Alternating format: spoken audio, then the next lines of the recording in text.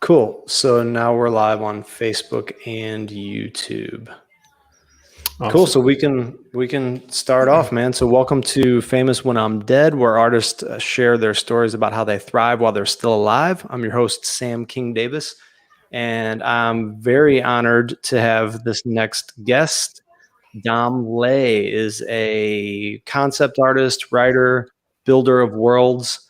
And yeah, let's just get into it, man. Maybe you could introduce yourself to the audience a little more in depth about like what you do and what your groove is.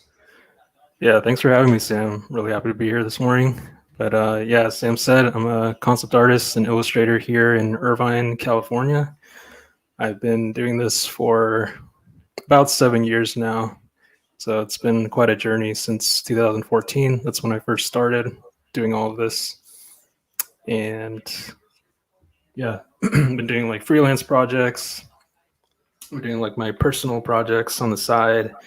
And I'm going to be teaching in some other schools and things like that in the near future, which I'm pretty excited for. I'm also doing a mentorship next month. So you're going to be mentoring through, is it through your own, like who is that through?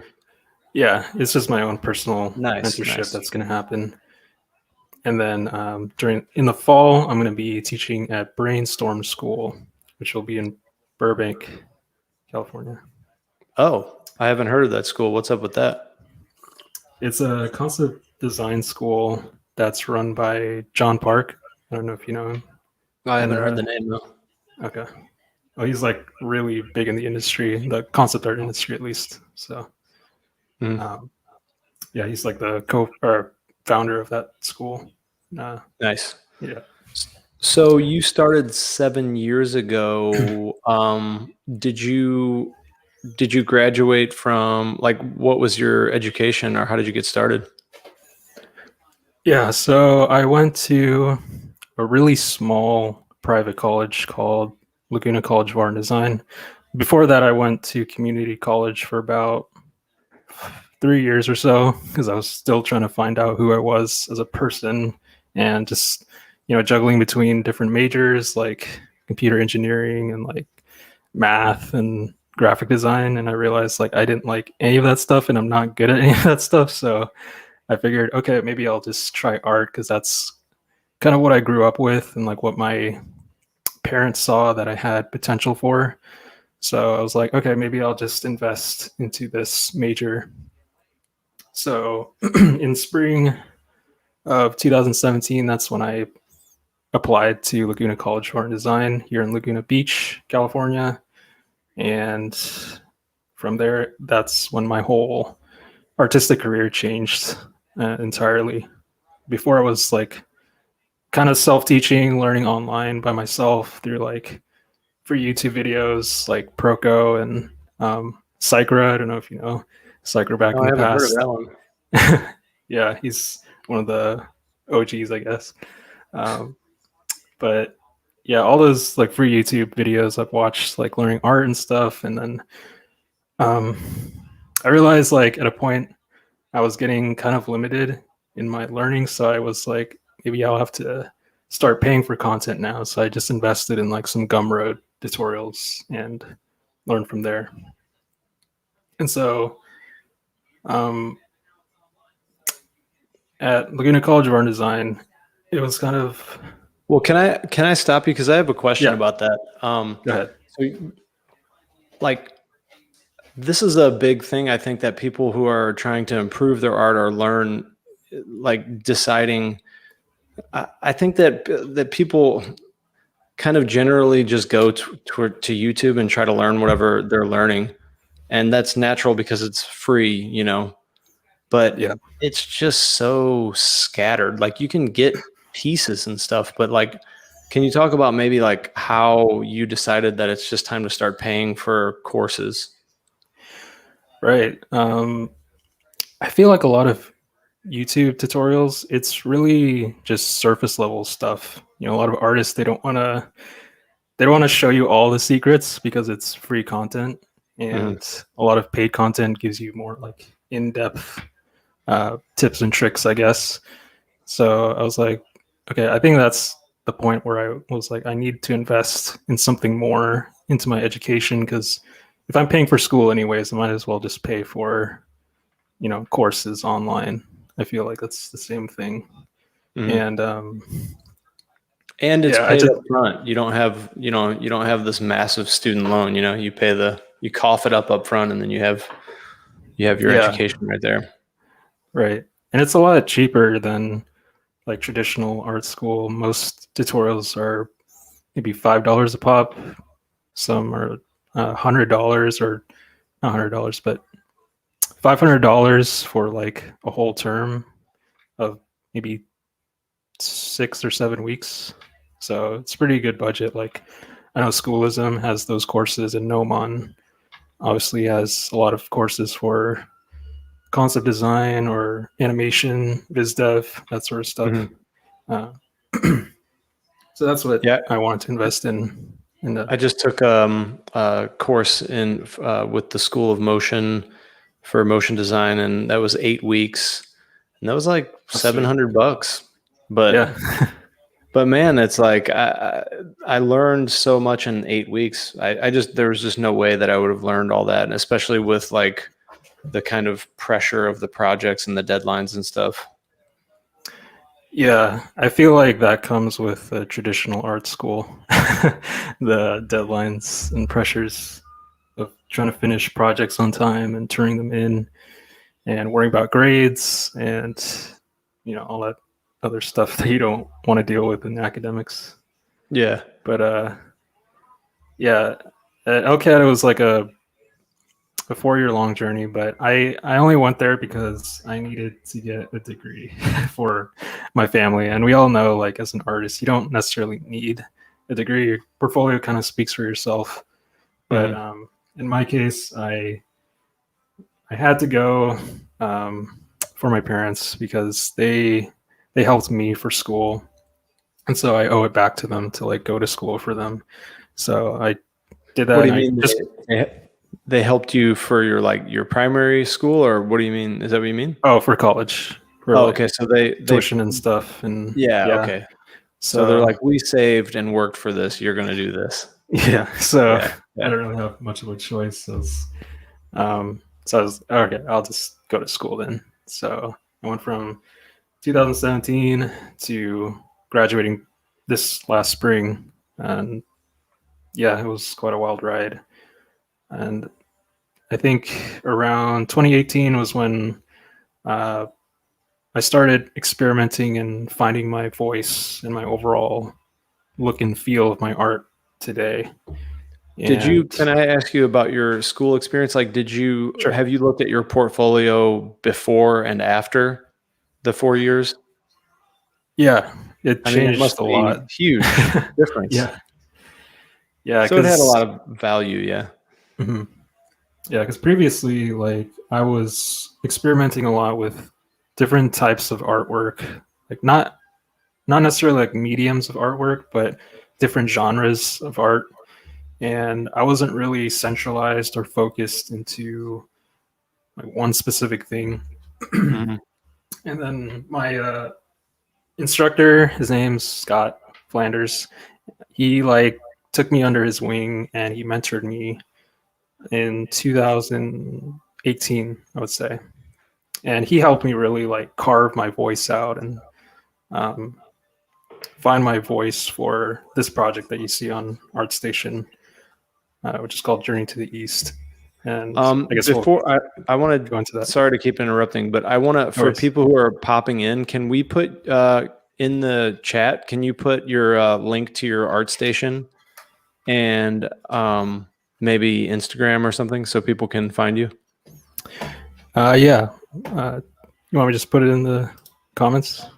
Yeah, I think you can do it straight through the Yeah. StreamYard. Oh, I guess it doesn't allow me to. Oh, wait, maybe here? But my Instagram is Layered Painter, if anyone's curious. Layered Painter. Yeah, and you have Yeah. like your personal Instagram too, right? Right. Um, Is it in? I don't see it in the app chat. It doesn't show a comment box for me for some reason. All right, I'm It's gonna just strange. pull it up. I'm gonna pull it up myself because I have you pulled up over here, I think. Yeah. Okay. Okay, so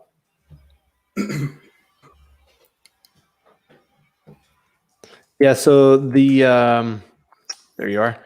The style thing, or like really like the focus thing. There we go. Now I got you. Let me get you in there. Do you want me to keep screen sharing, or is this fine? Or Yeah, you're fine now because we're just doing like a split screen, and then when you go to your screen, I'll just change the option. But okay. yeah. So to get back to where we were, definitely that's a problem I think with a lot of artists, and that was my thing too. And that's actually still kind of my thing, which is like, where do you go? Because as a creative, usually we're really interested in a lot of different. If it's not techniques, then we're interested in different concepts or whatever. So you met Right. your mentor in college, yeah. Yeah. And he was a huge help to me. Like he kind of made me see the industry in a whole different way than I never thought I would expect to see it. And typically when you like go into the entertainment industry, like concept art industry, obviously you make a portfolio that's tailored to a studio or like a game or a film that potentially you want to work for. And so that's what I was trying to do for a couple of years. And then I realized like, okay, this is like not really what I want to do. And I didn't feel like it was my true calling in a sense. I was kind of To, sacrificing to work as a my, concept artist in the industry, you yeah, mean? Yeah. right.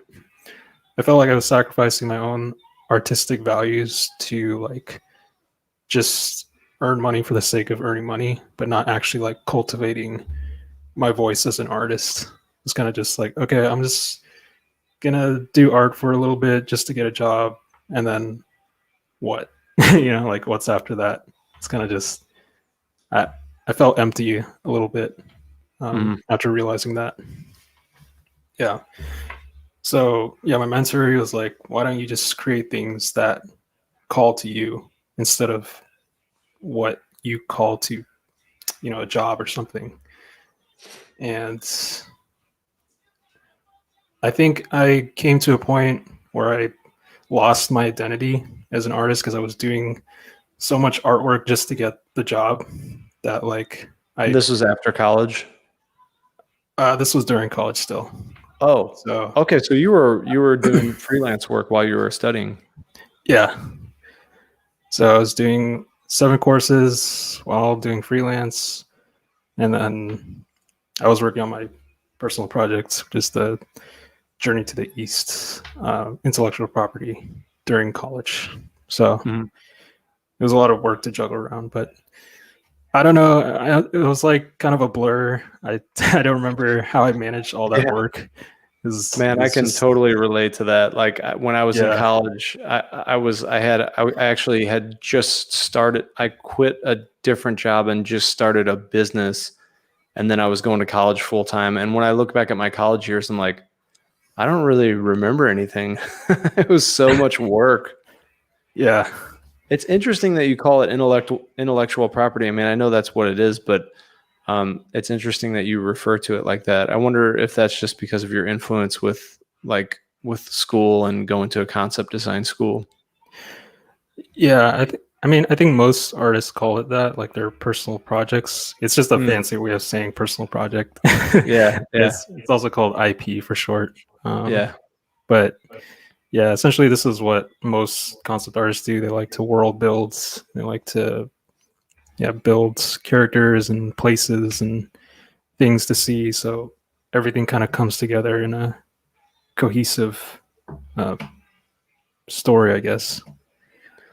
So, do Um, you remember like what kind of things your mentor was telling you, or how he was kind of guiding you to help you sort of find your own voice or your own kind of path? right. Yeah. He said that I was copying way too many of the artists, like the big artists in the industry that I was looking up to.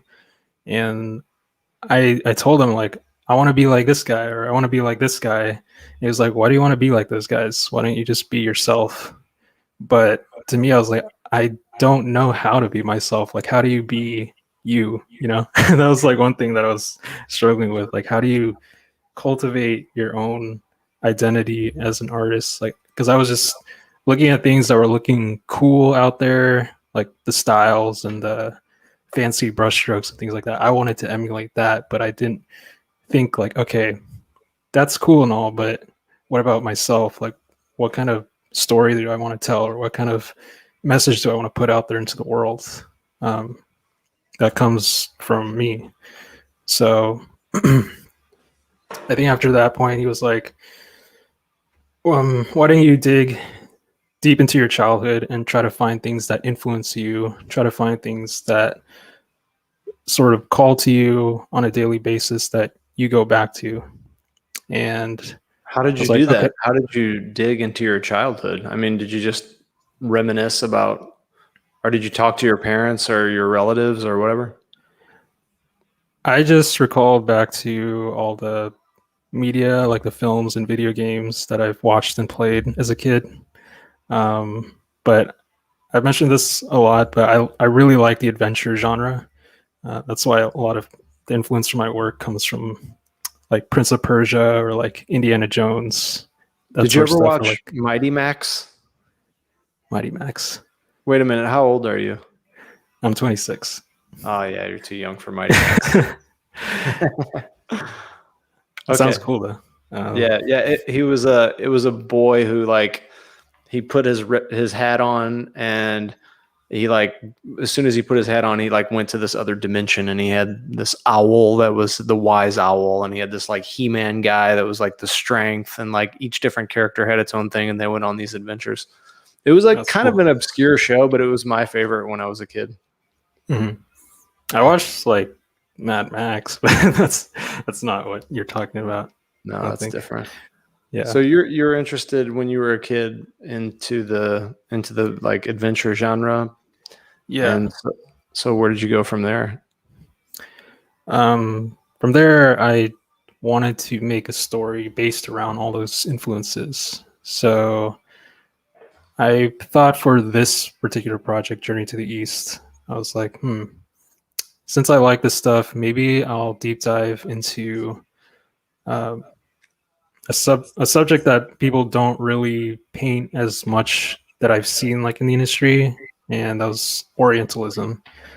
So I wanted to research more into that culture since it tied into a lot of stuff that I played and watch. Um, Stuff like Assassin's Creed as well. Really love that game Mhm. series. So, what if I And tied like where does your family come from? Like, what were your family roots? my nationality is Cambodian, so I'm like Oh, Southeast Asian. Yeah. So it's Cambodia is awesome, man. yeah, Yeah, got a lot of cool temples over yeah. there. They Um, just found, just to go sidetrack for a minute, they just found like 3 years ago this massive network of like plumbing in cities and streets that they didn't know was there before. Apparently, they did like oh, that's awesome. a new flyover, and they found out that the city was like 30 times bigger than what they thought. Oh So wow, that's that's cool. that's pretty awesome. So yeah, go ahead. I guess that's probably part of it, right? Like it's part of your roots in a Yeah, way. like I'm really into the tomb raiding stuff, like Oh, searching into temples and finding lost treasures and stuff like that. I just love that stuff. So I wanted to do that with this project, like bringing all those elements and tying it with Orientalism and a hint of science fiction. mhm.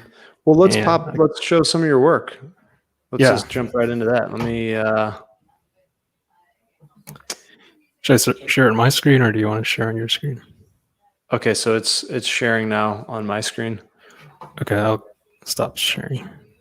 Oh no, it's Oh, sharing on your screen. So you can just oh, okay, like okay, take us through your work, yeah. gotcha. Yeah, man. I Yeah, mean, that's it's so That's a great story about, I mean, I think a lot of artists go through that. But the fact that you've kind of found this direction, that's the thing about your work, man. It's like instantly a story, like every image is, it just sparks your imagination and there's emotion and atmosphere. And you're like, there's all these questions and yeah, it's great, man. It's like some kind of nostalgia. Thanks, man. I appreciate it. Yeah, I'm really into storytelling because I feel that if you can relate to the audience in some way, one way or another, I think that helps them connect to the artwork more. At least they want to like keep that artwork somehow. Because Mhm. I think a lot of art these days it gets lost in like how cool it looks or like how stylistic it can get, but it loses the essence of the story for it to be remembered. And I feel like I wanted to bring that with my artwork to, and it can be any story. It doesn't have to be like specifically this genre or like that genre, but just whatever calls to you and that you're most authentic about. I feel and that can like springboard into what you want to say to your audience. Can we Um, talk about a specific piece? Do you want to pick sure. one? Yeah. Before we look at any, I mean, go ahead and pick one. But while you're doing that, one thing that is interesting about your work too is like this, like you'll have an image that's like just a portrait of someone, but there's also a story in that. And a lot of times I see portraits that they're just portraits. So like Right. what's the difference? Like what makes it a story? Like what separates just a portrait from a portrait that tells a story? It's a good question. Um, like this one, for example, I guess we'll use this. This one, like I wanted to tell more of a story. Well, I wasn't thinking about just making the portrait. Like this portrait was a part of this world in a sense. So this character, like maybe he's been through some horrendous like encounter in the desert or something, and he's got like scars on his face or like markings, and he carries like uh, this visor on his head that he uses to scout out the desert. So I like to write stuff on the side, like short descriptions about who this character is about. And Yeah, I it's think the awesome.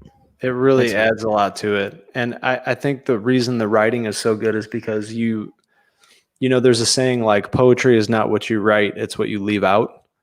And I think Mhm. that works with the way that you write about the pieces that you're painting, and it also works with the way that you paint. And if I had to guess, like what separates the portrait from the portrait with a story, is your work. There's things that are kind of left out. Like that last piece was a perfect example. Or yeah, I mean this piece, like the brush strokes. It's like that atmosphere allows the viewer to kind of, it you can't help it. You have to fill in the blanks. Your brain kind of like automatically does that when you leave stuff out. Yeah, And the that's how you lighting approach that one. also. Yeah, Thanks. go ahead. Yeah. Yeah, because I think when like an image is fully rendered, it doesn't leave much to the imagination. I feel like it's already there. It's like already created for you. But when there's Mhm. like your own brushstrokes in the mix, like you've created um, some sort of impression within the artwork that like makes the viewer wonder like why did you choose that mark there? Like why did you make that brushstroke there? Mhm. And it makes them curious. I think if you can spark curiosity within your audience, like that makes them more intrigued or like more invested in like what you're trying to say. Let's keep this page open now. I want to actually ask a question though about Okay. like your journey as far as like when you graduated, you were doing some client work, but you were working on this personal project on the side. Is that how Right. you had it going? Yeah. So what I did was I it was in school full time. I was taking 7 courses and everything like that full time, and I was doing the book project, and I was doing some just small freelance gigs here and there because I couldn't take on that workload with the freelance stuff. It was just way too much.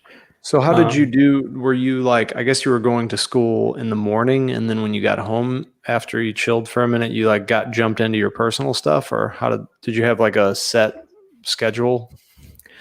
yeah, so I just try to bang out my homework as quickly as I could, just get it done. And then I had some time left over to do a little bit of the freelance work. And then for my personal stuff, it was fun. It didn't feel like work to me because it's just my personal thing. So that's the stuff that I posted on Instagram. Mm, My, yeah, the the journey to work the that I east. enjoy. Yeah. By the So, way, is that book out? yeah, I mean, I have it Awesome. right Let's here. put a link to it in the let's put a link to it in the chat. Oh, it actually sold out recently. But Awesome. yeah, this is the Congratulations, book man. right here. Yeah. Thanks. Well, Yeah, it's a I hundred. definitely need to have a copy of that. So, are you guys going to do another printing? um, I have a few, but they're kind of beaten up. Like some of them aren't in good condition, but I could Yeah. give one to you if you'd still like the beaten up one. Well, I'm gonna have to uh, pay you like $100 for shipping because I'm in Prague and it'll take like 2 months to get here. But yeah, I'll pay it. I definitely want a okay. copy of that. Well, yeah. I mean, I'll definitely try to get it to you. We'll Yeah, work it this out one's good. after the live Yeah. stream. Okay. Sure. Um, So, so you pretty much kept that kind of rhythm going like that, right?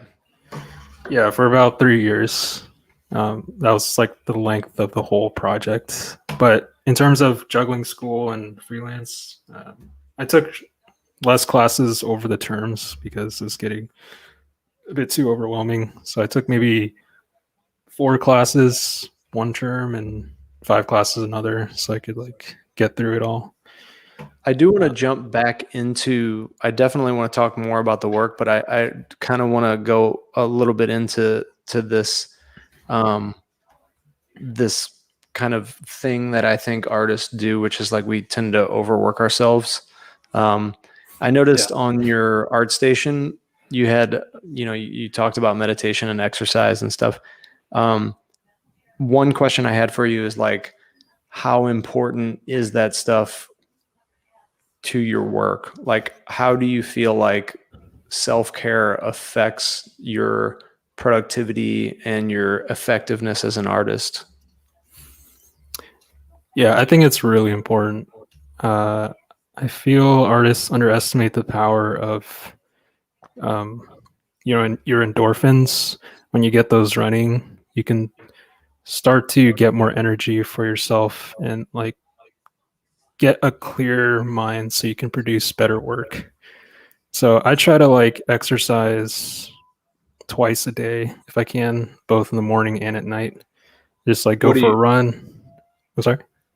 I'm just asking your talent you're saying. So go ahead. You said you go for a run and Yeah, I so my daily workout is I go for a run. I do 100 push-ups a day and 100 sit-ups and like 50 pull-ups, that sort of thing. And then after that, I just feel so refreshed. Like I don't even feel stressed out anymore. how long did And it take then you to get to 50 pull-ups?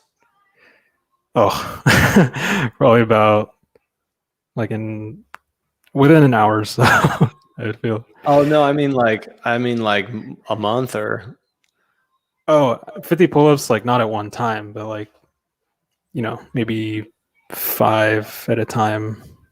I'm okay. really slow at them. Yeah, I can't do them like Yeah. all at once, but yeah. That's good, man. That's kind of like the sledgehammer workout, like 100 push-ups, 100 sit-ups, 100 pull-ups, and then a Yeah. jog. Yeah. Yeah. It's you don't have to use weights, so at least Yeah, I like think there's this thing like I think like when we're working on a project, especially if we're like in the zone, it's hard to get out of the zone, but like right. it when we're in that feeling, like it's hard to get out of it, but it oh man, it's so important because it's like the voice in the head is like, keep going on this, because like if you work on it for just 2 more hours, like you'll get it done. But if you take a 15 or 20-minute break and then you go back to it, you could probably get it done in an hour. Actually, like you're way more efficient and effective and creative that way. But yeah, totally agree. yeah, And because I know we can just get stuck in our four walls every single day, and that's not good for it. Yeah, it just causes cabin fever and anxiety and depression. and burnout too. Yeah, There's another thing too. There's a lot of science about this, but I can't really like call anything off the top of my head. But about like the resting state and how like the subconscious mind. Oops, sorry, my chair just dropped on me. Need more exercise. The subconscious mind like works a lot of stuff out, automatically. So like there's a lot of work that's being done creatively when you're sleeping and when you're like doing other tasks, going for a walk and exercising or whatever. Like your brain is still working. In fact, it's doing like really important work. Yeah, definitely. Yeah, I think it's important to just go for maybe a 30-minute walk each day. I think that's great. I walk like 6 miles if I can, just around the block or like at a mall or something. You just you're in your 20s and you're still you're already a mall walker. Yeah, I don't mind it, honestly. I just like the peace and quiet of just walking anywhere, really. So you don't do anything when you're walking, you just walk. Yeah, I just walk. I put on headphones, listen to music, or I might put on a podcast or like just listen to something to get my mind relaxed. Man. I'm the kind of person that listens to podcasts. I can't like do other stuff because it just activates so much in my mind and ideas, and I just have to write it down, or I have to pause it and like look something up or something. But I have this huge graveyard right outside my window. It's the biggest graveyard in the country. Oh, and it's awesome. It's a European graveyard. So it's like, dude, it's like your paintings, you walk in, there's all these like epic stories and sculptures, and it's so cool. That's cool. And it's fresh, and like, lots of trees, and the air is fresh and it's quiet. So yeah, Germany looks beautiful. So say what? Germany looks beautiful. Well, I'm in the Czech Republic, but okay. But Germany has some big ones too. But this one's really, really awesome. And what about meditation? Do you do a specific kind, or? I don't do like meditation where you're just sitting on the floor and doing the Buddha position or cross-legged, whatever. But I just meditate while I'm outside. It's kind of, I guess, meditating for me is like just walking. So I'm just consciously like, not really thinking much, but just thinking in about the moment. Yeah, basically. Yeah. Mindfulness walking. All right, cool, man. Well, let's talk a little bit more about your work. Is that okay? Yeah, for sure. Awesome. So all this stuff on your art station is Journey to the East, which you've been working on for 3 years. Yeah. Did you start with the writing? Did you start with the images? Is it a combination? Like, how does that work? Yeah. So first I started with one image just to kind of establish the world. And can you pull it up? Oh, I think it's not on here, but it was like a scrap image that I kind of threw away. Oh. But after that, like a pencil sketch, kind of like a really rough sketch painting I did. Oh, okay. But it was a scene of this woman sitting by like this lake, and there's like other people around the lake and stuff. And from that one scene, I was like, this is pretty cool. Like I can maybe build a world around this image. So that's what I did. I kind of pumped out 2, 3, or 4, 5 paintings, and it was slowly like starting to materialize over time. And I was like, okay, maybe I can. Awesome. Yeah. It's like, okay, this piece is connecting to this piece to this piece. So it was almost kind of like building with Lego bricks. You're putting together all these pieces together, and you're building like a huge castle or something. I So have that's a question about the images. Like, how closely are the images representing the feeling that you have in your and the image that you have in your mind, like before you paint them? Or is it like a chicken and the egg thing? Like you start making it and then it kind of evolves your image. yeah, I would say it's like that, where it's not really derived from my imagination as much. I kind of see it through my references. So I see a reference that I might see, that I like of a photograph somewhere in the the desert or something, and I'll try to turn that into its own story in some way, make it more like engaging or evocative, and Mhm. put my own twist on color and lighting and stuff. So So you look at a reference and you have an idea or a feeling, and then you come to the end of the piece, or you're like happy with it, happy stopping there. Um, does the story, is it birthed from that, or is the story birthed before? the story is birthed usually within the image. So while I'm developing the image, and usually what I do is like I'll look at the reference and I'll see what elements are in the scene, and then I'll kind of change the whole story, like change all the lighting, the color, the characters in the scene if there are any, and objects or props, and I'll just turn it into my own sort of imagination how I see it. So Mm. So let me ask another question about that. So, like, for example, this image of the guy with the two camels, he's standing in front of a pyramid. So you have this image, and what's the writing process like after that? Are you just like, do you start just naming what you see, or do you start weaving the story in your mind, or how does that go? So after the image is complete, that's when I write the story afterwards. So I write the story based on what is what's directly like happening in the scene. Mm. Because I think oftentimes when artists write stories, they kind of make it this grandiose like poem that kind of is a bit confusing, or like it doesn't make sense. Like, oh, like um Like they're putting too much into the story and like not letting the image speak enough for itself.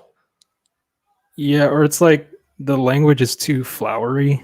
Like it's Ah, really like overly, expressive, I would say. Like yeah, yeah. the ocean crashes on the waves of the Like the distant morning bosom of sun, or the yeah. blue babe. And it's like, what does this scene mean? So it, yeah, I just try to keep it simple. Like what's directly like happening in the scene, just like tell it as it is. So I wrote here, like, they said that these people were known as the Palmese Bedouins, a nomadic paramilitary group that scoured the coasts of the beach here, searching for bandits. So maybe there's like a tribe that is running through this coastline that these guys try to hunt down. And I tell it from the viewpoint of maybe one of these people. So maybe they're thinking in their heads like how they would say it. Mm. And I think if you put it in that perspective, it makes the audience kind of curious, like, oh, these are his thoughts. Like maybe he has other thoughts in different locations or something like that. And does this have characters and a story arc, or is this book just the image and then some kind of vignette that's happening in this world? Right. So I wanted to have two main characters that represented this story. So these are my characters here. Um, their names are Oren and Ashar. So they basically are two strangers that kind of like bumped into each other in this like fight. I think right here. So this is kind of like where it started. Like he was in an encounter with this guy, and then he ran into him, and they're kind of just like, oh hey, like I heard there's like this lost relic somewhere in the desert that people are trying to find. Like, why don't we team up and find it together? And so they go on this journey to like search for the lost pieces and stuff like that. Whoa, that And image that's great. Can we look at that more? yeah. Are you using wow, that's strong. That's really strong image. Are you using what do you use? Are you using like a Cintiq with Photoshop or Corel Painter or I just use Photoshop, so I might use DAZ 3D, which is like a free posing program you can use for characters. So I just pose the characters like that, and then what is change the it? camera. Dad's 3D? DAZ 3D, yeah, DAZ 3D, Okay. yeah. It's a free program. Yeah, you can just like throw a model in there, and you can pose the model however you like, and then just take a screenshot of the scene and paint over it. Nice. So, yeah. Yeah, I like to point out like one of the reasons I like to interview artists is I like to like, kind of demystify it a little bit. I suppose your work is like you know you have the kind of work that's like mystical, you know, like it has that mystical look, and I like that you're like, yeah, I did this 3D rig and then I just use that as the reference and paint. I mean, that's not to say that it doesn't take an incredible amount of skill and know-how to do what you did with that, but I think people have this kind of like magical idea that artists are just kind of like born like this, like you just came out of the womb painting like this. Yeah, no, it's all just hard work and practice and persistence. So what's happening in that scene with the glow? Yeah, so they're in this temple or this tomb, and they're going through like this portal that sends them off to this dimension where the treasure is found. And I think like Oh, in so this this is a imagery, multi-dimensional adventure. yeah, that's where like the science fiction comes in. So they unlock like this realm that they go into that kind of opens up the portal like on the other side of the room, and they go through here. And the image is actually in my book. I haven't like posted it on here, but essentially you can find it. They go through this portal, and And it looks like you have props too. Like you doing like close-up drawings of props. Oh, you want to show the image? Let me give you the screen. Here, I'm going to give you a bigger part of the screen. Oh, I see. Oh yeah, yeah, that's great. so they're kind of like tossed through this portal, and they find like the treasure in this room right here. And, Oh, so the portal leads them directly to the treasure. yeah. So Nice. this is where like this ancient deity kept all his treasure, and it was just buried somewhere in the desert, and they had to go find it. So all of these I images, noticed though. Go ahead. Sorry. Go ahead. I was just gonna say, like, yeah, all of these images, like right here and stuff, like these are just supporting images for the world itself. They're not really tied into the direct storyline. I noticed that some of them look kind of oil painty, and then some of them look more like watercolor. So, Oh yeah. is that just something that you wanted to try out and feel, or I mean, they're all cohesive, but I noticed that. Yeah. I think during the time I wasn't as focused on the style. Like, yeah, as you can see, like everything doesn't look like it was painted in one specific style. Like some look like oil, some look like watercolor.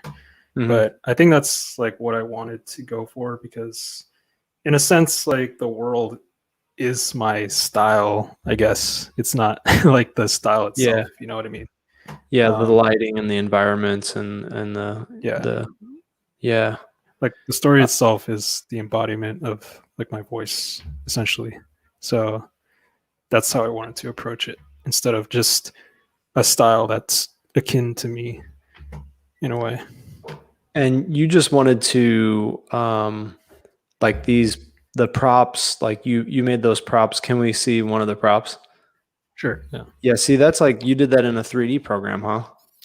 Yeah, so I modeled everything, like each piece, and then I took it into Substance Painter, which is a texture painter program. But this was the original concept that I concepted at first. Is that like where did you model it? 3ds Max, so that's the program I used, and then textured Dude, it in when is the Substance Painter. movie coming out? You got a movie here. You got it all done. It's like everything's done. It's like the whole movie's there. You just have to get the crew and Yeah, the actors and the yeah, that'd you be gotta get awesome. some. Like, yeah, I would love to like see someone dressed up in these guys, Oh and man. that'd be pretty There's sweet. Like, there's gotta be I think you just need to get in contact with the right person, man. I mean, you got it already. That's so awesome. It'd be yeah, I such an made epic the story. one of the characters right here. Oh, let me Let's pull see the it. screen up bigger. Uh oh, that's 3D printed. Yeah, so I printed this guy right here. Nice. He's Um, one of the main characters. yeah, this is Orin. That's his name, Nice. and his other buddy is Ashar. So they're Do you like have a two painting of duos him on of the both of them. ArtStation? Yeah, it's these guys. So Nice. that's like what you That's see on so the awesome, front man. Well, page. what are you gonna do with it now? Like you sold, how many books did you have published? I think I sold about 100 copies. They're pretty expensive to print, so that's why I'm kind of like skeptical on printing a whole bunch. Oh yeah. But And yeah, what were it's you charging $100 for them or something? there were $50 per book. So Okay. um, Yeah, but but that's yeah, kind of what you expect to pay for an art book like that. yeah. Yeah. But it's not really about like the money for me. It's mostly just to help inspire somebody to maybe do their own thing. And Hmm. so I've made this book as like a blueprint or template for somebody to like see like, okay, he attempted it on his own, so maybe I can try and do it too, and Hmm. like build my own voice or portfolio like this. So Yeah. Well, I'm curious as to like what opportunities this led to because you were doing this for 3 years, and then of course the book was a success. Did you do self printing and then just sell the copies, or did you do a Kickstarter or anything? I self-published everything. Like I didn't want to do a Kickstarter because I felt weird like asking people for money like to support my project. Like, hey, can you give me some money for this? Like I just didn't feel right to me. So I saved up my money from freelance and like I invested into the books and I just put it out there for people to buy. I just didn't want to. Well, today it looks like you have at least 7,750 people that might back your project. So yeah, I Yeah. would. I would back it. That one's awesome. Thanks, man. Yeah. Yeah, So I'm not what? sure. I'm sorry. Go ahead. Go ahead. Uh, yeah, I don't know if this is gonna turn into like a big movie or a huge film anytime soon, but maybe a short film someday, like a live action thing. That'd be kind of cool. Like maybe a 2 minute thing. Or Would you want it to be live action, or would you prefer it to be just an animated thing? anime would be cool if it's like CG or something, but I know that would take a lot of work, just like with the Yeah. rigging and stuff. But it's I don't think it's not impossible. Yeah, man. I mean, you have all the source material. It would just take a team of people to knock it out for you. Yeah. But so what is the plan now? I mean, was the selling of the books and like the completion of the book kind of the climax of this project? Or I guess Yeah. back to my other question, like was there other doors and opportunities that were opened up while you were doing it? Oh yeah. So while I was working on the project, I got a short gig at Nexon. I don't know if you know that studio. It's a No. Korean studio that Oh, okay. it's like a MMO type studio where they make huge online games and stuff. So I worked there for a bit. What's an MMO? It's I forgot what the acronym stands for, but it's like multiplayer, massive multiplayer online game or something like that. Okay. Yeah. You just taught me something. I didn't know that. Yeah. So I went to that studio for about 2 months, and I got to work with some awesome people. I worked with like Anthony Jones and Jeff Simpson, and Awesome. I could show you some of their work because it looks a little bit of influence that I got from them. I don't know Jeff Simpson, but I know Anthony Jones. Yeah, he's great. But you can kind of see like the influence that I have from this guy. Yeah. But I like a lot of his stuff because he's got that museum lighting kind of thing going on. But yeah, he worked on like Assassin's Creed and stuff, so that was kind of what I pulled from a bit. Yeah, he's one of my favorite artists that I find inspiring. And so he worked at that studio too, huh? Yeah, I like briefly collaborated. Look at you, man. His work a bit. You're like thanks. Getting up there, dude. That's awesome. Yeah, I just didn't expect for this to happen, honestly. Like, I don't consider myself to be like that big because I've never worked at any big studios at all. Yeah. Like, I just like that was my only studio gig that I've ever done.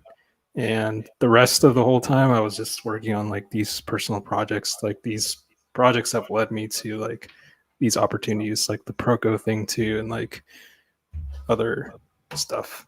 Like you're doing a class with Proco, or you're doing, how are you working with them? I know you did didn't you just do a live stream with them? Yeah, I did the live stream and that one lesson on his channel about dynamic lighting. Yeah, so I'm officially an instructor on his platform. Awesome. Congratulations, man. Thanks, man. And I think, yeah, they're going to maybe come back to me if they want like more content to make for them or some stuff. But yeah, it's been quite a journey, like just doing like the Blue November project too. And this is that one. This is from a different project that you're showing right now? Yeah, so this is all the current stuff that you see on my Instagram. Like the latest work is from this project, which is called Blue November. Can we talk a little bit about that? Sure. I like this piece right here, the one at the bottom, to the bottom right. This one? Yeah, down. Oh, this one? That one, yeah. Yeah, that one's really nice. Thanks. So what is the Blue November project? Yeah, so this story is a completely different genre from Journey to the East. I went way off to what this world was, which takes place in the desert. This place takes place actually in Italy in like the 1918s, 1920s. And it's a detective story about a guy named Alphonse Vitale who goes on a investigation to find this missing woman who's got lost in this city called Vespus. Have you been to Italy? I have not. I do want to go there. No. Oh man. Okay. I need to go. Oh man, I'm telling you, it's gonna blow you away. Like it's, I mean, you're capturing a lot of it in your paintings, but it's not far off from that. You know, like when you go to, if you go to Rome, and you go into the St. Peter's Cathedral, it's like, you know, when you see cherubs in a church, they're usually, you know, maybe this big or whatever. The cherubs in there are like tractors. You know, they're like massive. I mean, the size is incredible. It's like otherworldly. And Vienna cherubs? Is another place that's like that, you know. What are cherubs? Are they they're like little fat baby angels. Oh, okay. Okay. Gotcha. So this is you said he's a detective, or? Yeah, so this guy, his name is Alphonse, and he's going on this investigation to find a missing woman in this not lost city, but this mysterious city that is revolved around like romance and mystery and murder and those types of noir motifs. Hmm. So I got inspired a lot by um, Bioshock. Do you know that game? I've heard of it, yeah, but I haven't Yeah, played it or anything. it's really good. You should check it out. And Dishonored, which is also the other game. Um, so that was like the recipe for this IP. And he's trying to When find do you her have time to before. play games? Look at all this work, man. Really, seriously, when do you play games? Back in high school, that's Oh, when I okay. had more time. Okay. But now I don't anymore. I completely just exhausted all my game hours. I would spend at least like 800 plus hours on video games. What, I did like not have a a life back year then. or a month? Uh, just throughout the years, I guess, like racking up hours over time because I Wow. had nothing to do as like a high school student. So Yeah. just playing video games and It looks like it getting paid off, inspired. man. Like all that stuff got stuck in your brain, you know? Yeah, and I realized I was wasting time, so I just decided to invest that into art. Can you instead. click on this image in the top middle right there? This Yeah. one To the or this one? left, that one. Yeah. Yeah. Oh, that looks a lot like Prague. Hmm. Yeah. Well, Maybe if it you ever come was. to Europe, you'll have to come to Prague. I'll show you around. It's another incredible place. I'd love to. Yeah, do another run of those books, man, and then you can buy a trip to Prague. Yeah, for sure. So, I wanted to talk to you about the actual process. Like, is that a process piece below the actual piece? Yeah. Okay, so So this is I how you usually, start. yeah, it's like a black and white value image, and Hmm. then sometimes I'll use like photo elements to kind of enhance the texture a bit, Hmm. and then afterwards I'll just throw in some quick color. Not quick, but it's Compared to the building of the black and white, the value sketch. That's what yeah. you. Yeah, There's still yeah, some like thought process to color these things. It's not just you throw on a wash of color, you're done. yeah. There's still like all these hues in the shadows and stuff that you have to account for, and um, where to balance like warm and cool colors, stuff like that, like in Hmm. these images and stuff. Do you know? Have you heard of? Ooh, that image is awesome right there. The one that's it's like the fourth one on the right on the top, like to your left. That one, the one of the cityscape. It's This like one? blue and yeah, that one. Yeah. Yeah. It's kind of influence from like Chicago, New York, sort of thing. I totally forgot what I was saying before that image caught my eye. It's mesmerizing. Okay. Um, I had another question for you. I think I'm running out of questions. It's all good. Take your time. So what are you working on a new project now? No, I'm trying to finish this one up as much as I Oh, can. you're the Blue November is the recent one. Is it for a Yeah, studio or for yourself? that was just for myself again. Uh, and Um, you're doing like freelance work on the side? yeah, and Okay. teaching as well. Okay. Cool.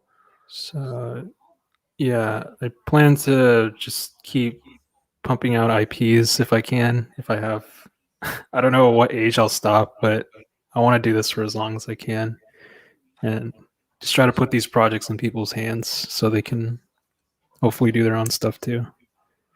Yeah, man, it's so awesome. I'm in. Oh yeah, that was the question I had for you. Are you playing at all with VR, like virtual reality world building or anything like that? Oh, I do have a VR headset, but I haven't really used it much for like 3D, just like games. but Okay, okay. but I should use it though because it's picking up dust a bit. Should use I Gravity think Sketch or something. I'm really intrigued by your work because like I'm a caricature artist, like a professional caricature artist, and I also do caricature studio caricatures as well. So not just the live sketches and stuff. I see. But I made this puppet back here, and I sculpt, and I do a bunch of other stuff, some painting or whatever. But I'll keep those images open. But I've always wanted to do this genre. In fact, I took a class through Schoolism about environmental design. I didn't totally finish it, but I was like getting into that, and then inevitably something comes up with like the caricature business. So like Oh, I see.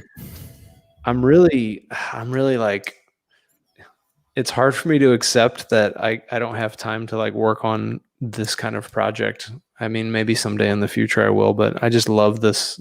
I love this genre. Like I just love that like every image is just you can just look at it and sit with it for a while and just go all of these places in your mind. Oh, thanks, man. Yeah. And you're just gonna fall in love when you come to Europe, man. Like so many, like Venice and Rome, especially Venice and Rome. Like Prague's amazing. Vienna is Yeah. incredible. Have you been to Yeah. Cambodia? I have not either. Oh man. I haven't been traveling as much lately because of all the COVID stuff, but Yeah. I Do you have a do want passport? to. I still need to renew it. Oh Like I yeah. said, Okay. yeah, I'm still like I haven't traveled as much. Just work, and but Yeah. it's crazy because like most of my followers are from Europe, so like maybe Yeah. 80%, I'd say, are from Really? Europe. Yeah, Okay. so not much of an American audience, I feel. Did you sell a lot of books? I mean, you had only 100, but did you sell any in Europe? Yeah, there's plenty. Um, Were they, s- did you just ship them, or was it a publishing house near, like in Europe? oh, I just shipped them from here. Oh, Like okay. they just paid me the shipping, and then I just mailed it in these 9 by 12 envelopes. Okay. And Okay. yeah, shipping Yeah. there it's about $38 USD. Okay. Yeah. I Yeah. mean, I can see why you have like a Euro. Oh, I just clicked on the screen thinking it was going to pull up the image. Can you, can you pull up the image that's next to the portrait on this page? The lighter one at the bottom, this one? Yeah. Yeah, that one. This one? Yeah, that looks like a little bit like the Brandenburg Gate from the bottom, but then it breaks open at the top. So yeah, I mean, Hmm. there's a lot of imagery that you have in there that's like, maybe that's why European people like it so much, because it's not just that it looks like it, but it looks almost exactly like this thing, but one thing's a little bit different. Yeah.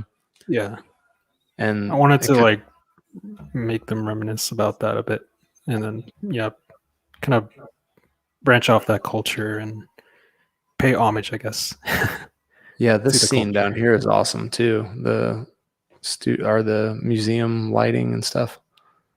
Thanks. How long does Yeah, it these usually are take you to get through one of these pieces? since I'm using a whole bunch of techniques, I'd say around 5 to 6 hours if I'm just going really hard in an image. But Hmm. if I'm taking my time, then like maybe 2 days. So like spend 3 hours one day and the other half another 3 hours. Hmm. Have you done any traditional oil painting, or this is just all Photoshop? It's all Photoshop. I've actually never dabbled much in traditional.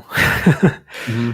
Just been like observing how traditional artists work and then try to Hmm. apply it to digital somehow. Yeah, I mean, I think that's pretty normal if you're in your 20. I mean, if you're not older than 35 at this point, you're probably just going straight on.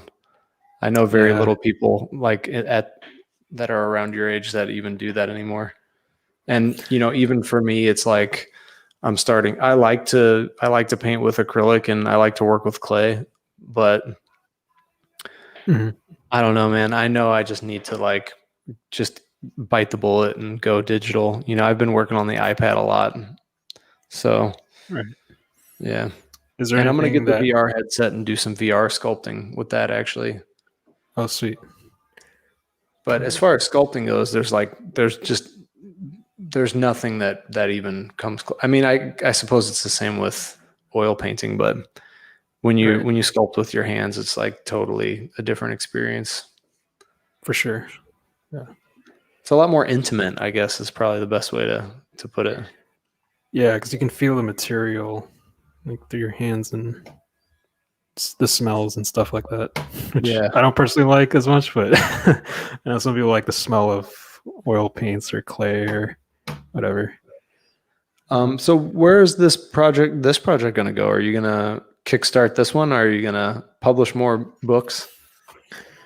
I might just do it the same way as Journey to the East. I don't want this to go full blown out like into the world where it's like on Amazon or in Barnes and Nobles bookshops and stuff. I want to keep it like limited, so it's a lot more special, I guess, for people to have. So it's not just like mass produced, you know. Mm-hmm. But I see. yeah, and each copy is signed, so I try to sign every one of them. And So how many do you think you'll make on this one? 5,000 for your 7,000 followers? I don't know. We'll see what happens because I plan to like revamp some images. I plan to hit at least 130 pages if I can. Mm-hmm. Some of these images might span like a double spread, so it'll take up more pages. But Do you think that some of these will I don't even remember my question. I'm sorry. I had two thoughts at the same time. I was thinking about one thing, and then I was also thinking about like if you were ever wanting to do like work on a film, is that in the cards or? yeah, I mean, I'd like to work on something if it presents itself to me, but I honestly like haven't really applied much anywhere.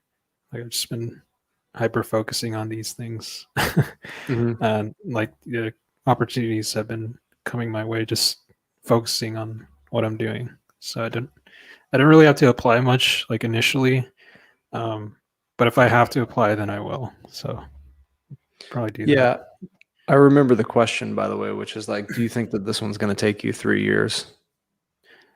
No, It'll I be don't plan faster. to make this 3 years. Yeah, it's almost done. It just needs a lot of more of the breakdowns of sketches and concepts, which are more like black and white images, Hmm. uh, like You mean, supporting concepts.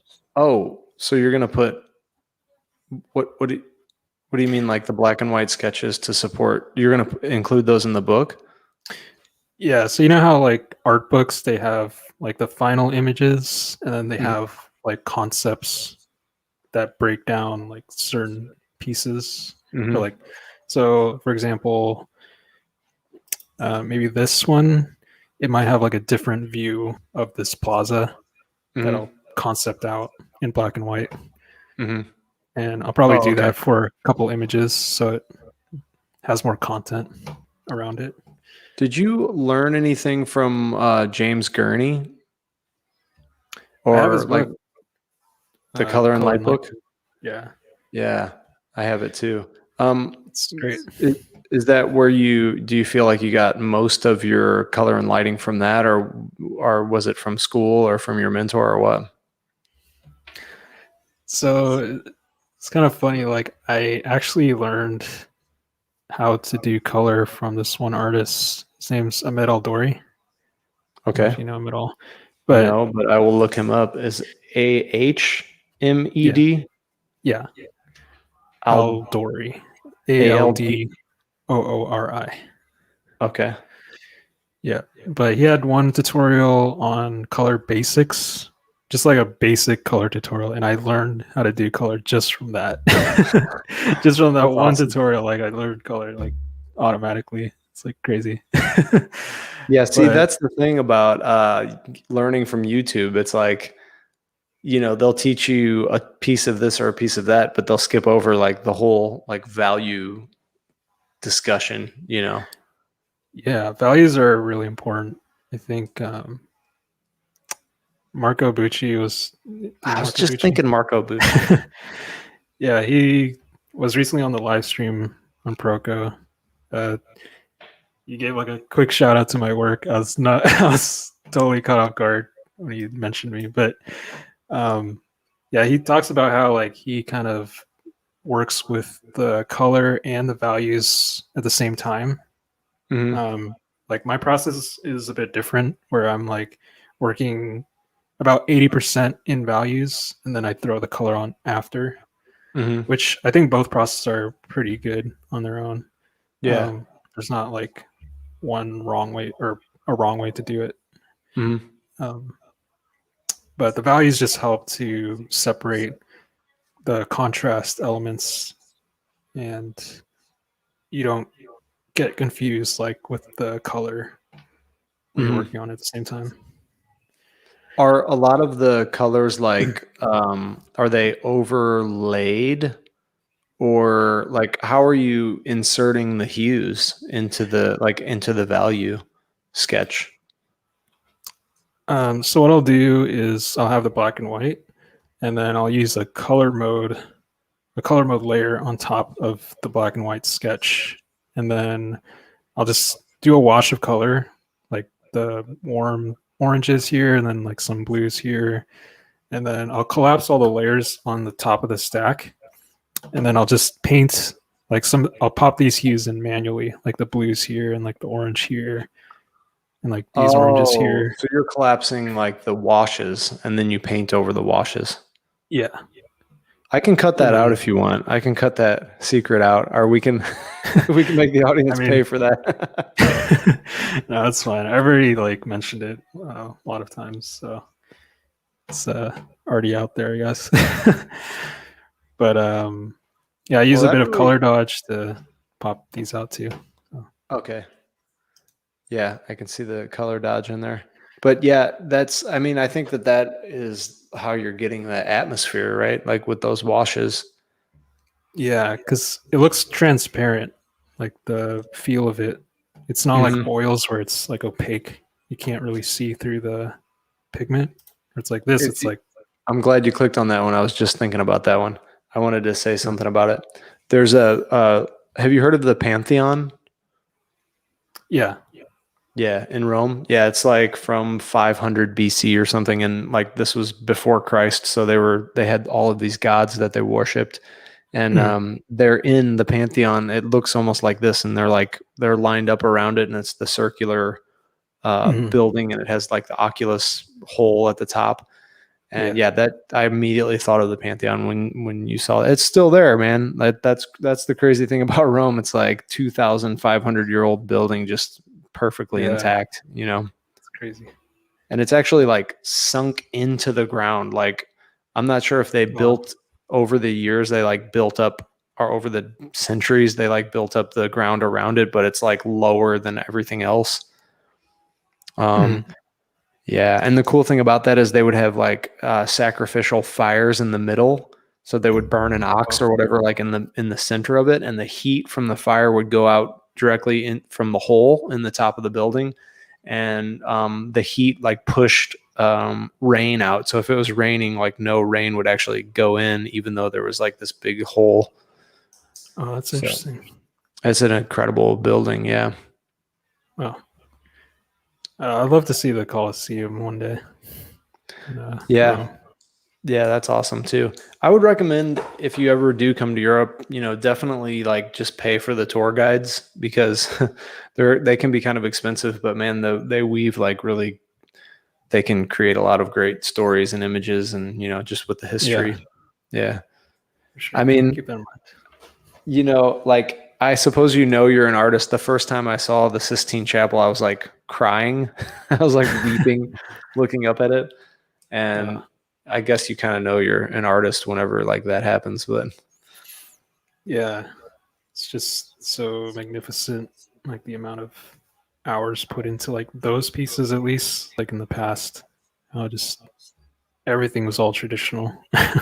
Nothing yeah, and was. part of it for me was the story, like he was kind of a weirdo, like but the Pope was like putting tons of pressure on him to get it done in a certain time, and he like confronted the Pope at one point, and he was like, "It'll get done when it gets done," like. I'm an artist, it has a life, and the Pope punched him. Like that's one of the famous things and why he had like a broken nose. He punched him with the papal ring and it broke his nose. And so he was pissed about that. So like anytime people would come to check on the progress, he would like put scaffolding and cover up with tarps all of the painting, but he would leave like all of the asses of the baby angels sticking out to like, or like he also like painted like certain people that were in the church at the time that were like putting a lot of pressure on him. He painted them into the Sistine Chapel, and one guy has his skin like ripped off and he's like holding up his skin.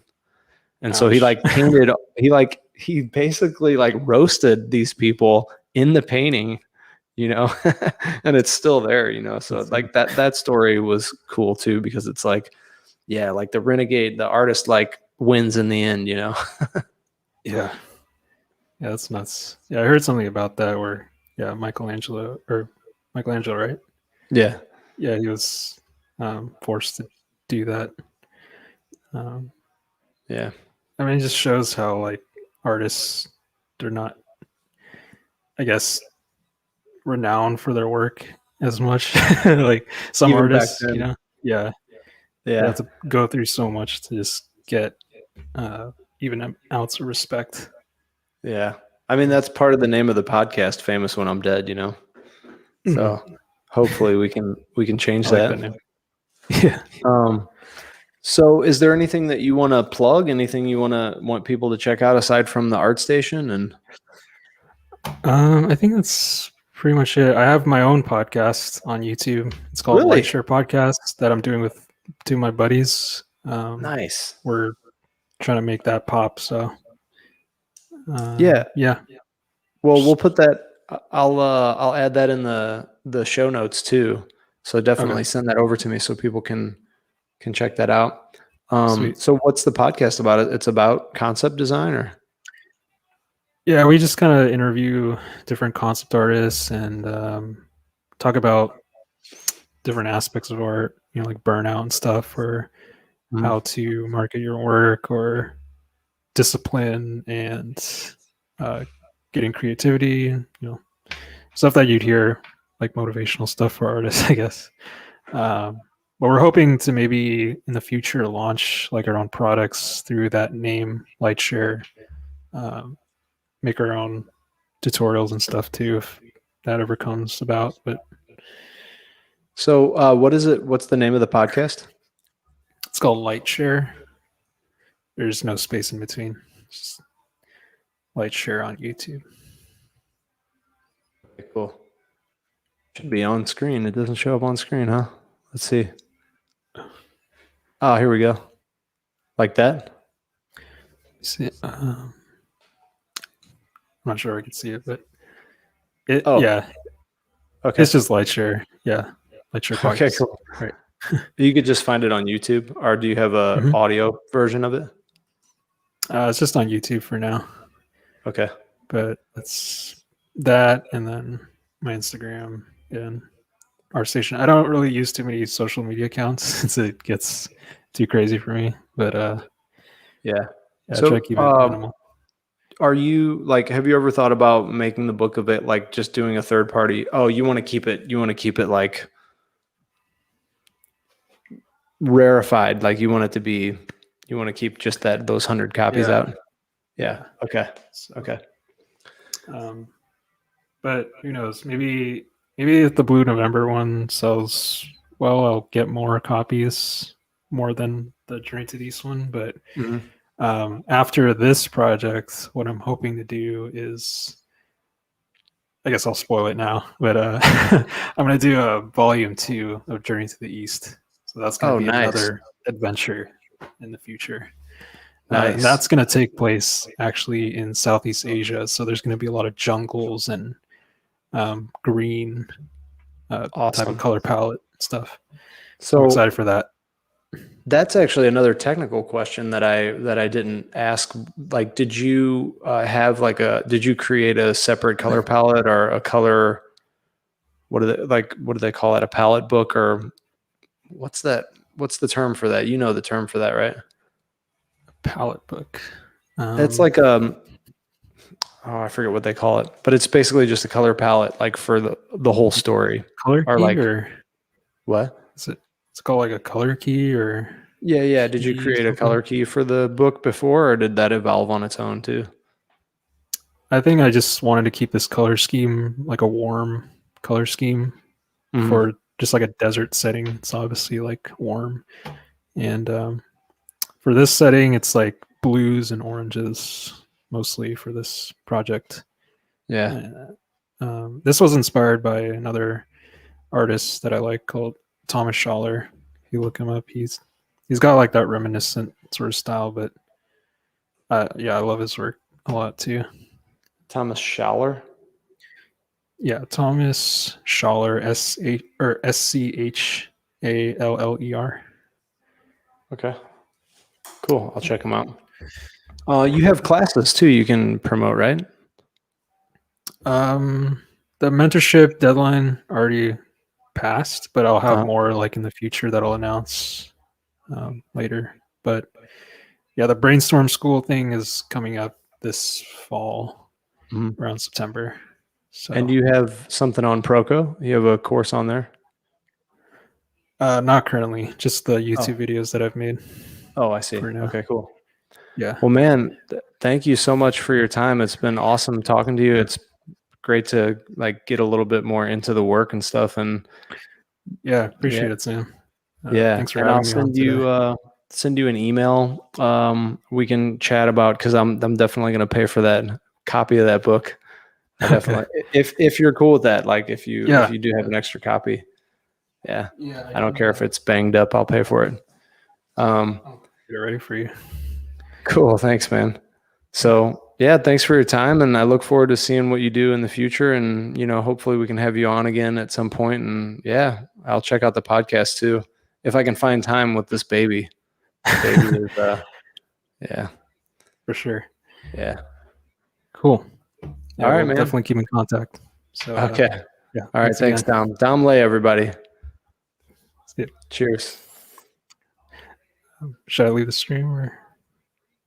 I'll just end the broadcast. Okay. All right. Cheers, man.